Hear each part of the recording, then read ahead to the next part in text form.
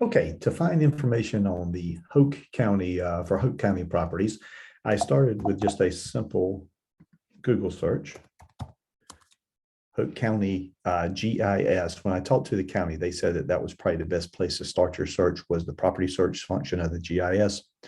So I take and click on here. It's going to give you another screen there. Down at the bottom, you can click on GIS website. Go ahead and accept that. Because I had the street description, I could enter it in here, 322 Exeter. I just picked a random listing that was on the MLS.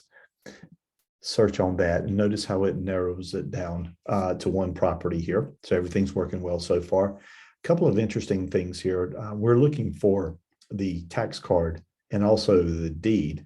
From this screen here, you'll actually be able to get a tax card. All I did was come up here and clicked on the parcel number. And that takes me over to another page, one card.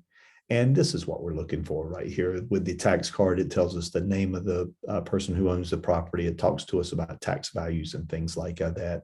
It even has some extra information. You could print and scan this if you wanted to, but basically what we're looking for is the basic information on the tax card, what the property value was and things like that, what the tax value on the property was. Okay, so now that I have the tax card that I can add to compliance, I'm going to close that down and I'm going to get back to the GIS site here. Notice on this, it also gives you a couple other things you need for filling out the offer to purchase contract. It gives you the deed book and the page number. You can use that. You'll see where that goes on the OTP. And then, of course, if you're looking for a legal description, it gives you that as well. I'm going to write down the deed book and page number because I'm going to need those to go over to another site. So from this, what I did is I simply opened up another tab. And as it turned out, I had already looked up the information on the Hoke County Register of Deeds. It's Hoke NCROD, Register of Deeds.org. So I already had that set up.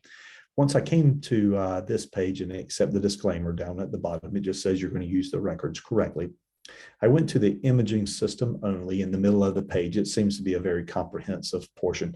Notice here on the left-hand side, it tells me what document I'm looking for. In this case, it's the deed, so I did not have to change it. If you needed a plat, you can do that as well if one's available. And so from the previous page, remember, I had written down the deed book and page. The book was 1028, and the page number was 757. And then just as simply as looking those up, I click on view the page and there's a copy of the deed right there. That's the other document that we need for compliance.